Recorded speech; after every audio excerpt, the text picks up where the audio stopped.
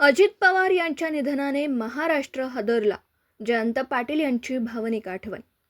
राज्याचे उपमुख्यमंत्री अजित पवार यांचा विमान अपघातात दुर्दैवी मृत्यू झाला. त्यानंतर भारतीय शेतकरी कामगार पक्षाचे सरचिटणीस माजी आमदार जयंत पाटील यांनी प्रतिक्रिया दिली. राज्याचे उपमुख्यमंत्री आणि राष्ट्रवादी काँग्रेसचे नेते अजित पवार यांचा बारामतीमध्ये जिल्हा परिषद प्रचारासाठी विमान लँडिंग दरम्यान झालेल्या अपघातात मृत्यू झाला. या दुर्दैवी घटनेने संपूर्ण महाराष्ट्र हादरला. माजी आमदार जयंत पाटील यांनी सांगितलं, अजित पवार स्पष्ट वक्ते, प्रामाणिक नेते आणि दिलेला शब्द पाळणारे व्यक्तिमत्व होते. 3 पिढ्यांपासून पवार कुटुंबियांसोबत नातं टिकलं. अनेक संस्था व निर्णय प्रक्रियेत त्यांचा मोकळेपणा आणि समन्वय महाराष्ट्राला कधीच विसरणार नाही. त्यांच्या निधनाने राज्यभर शोककळा पसरली. मृत्यूची घटना समोर आलेली ही बातमी खरंच क्लेशदायक आहे. काय नेमकी आपल्या भावना आहेत आज? नाही, मी सुन्न झालो. ही सकाळीच उठल्यानंतर ही बातमी, वाईट बातमी कळली. अजितदादा एक स्पष्ट वक्ते आणि दिलेला शब्द पाळणारे एक नेते म्हणून महाराष्ट्रात होते. महाराष्ट्र लेवलच्या सगळ्या संस्थांबरोबर काम करत असताना त्यांची माझी जवळीक आली, ती कायम राहिली.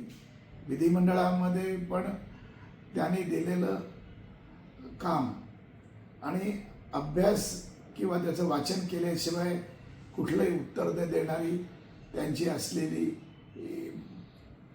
मनोवृत्ती ही सगळी महाराष्ट्र नोंद करून गेलेली आहे. मला आज खऱ्या अर्थानं पवार कुटुंबांबरोबर आमचे 3 पिढ्यांचे जे संबंध आहेत त्याच्यामध्ये ते कायम राहिले.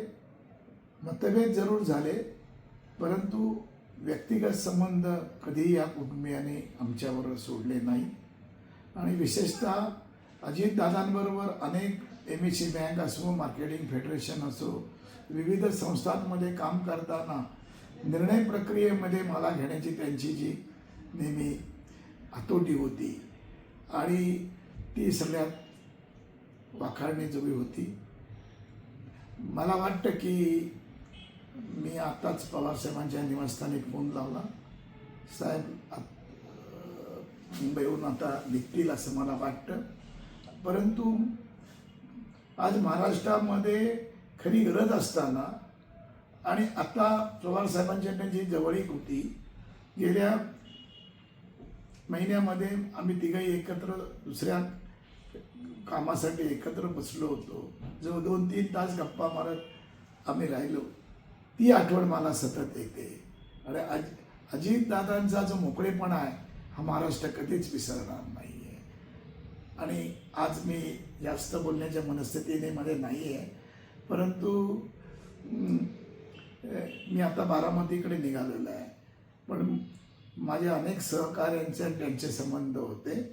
मी शेतकरी कामगार पक्षातर्फे आणि माझ्या पाटील कुटुंबियांतर्फे त्यांना भावपूर्ण श्रद्धांजली वाहतो.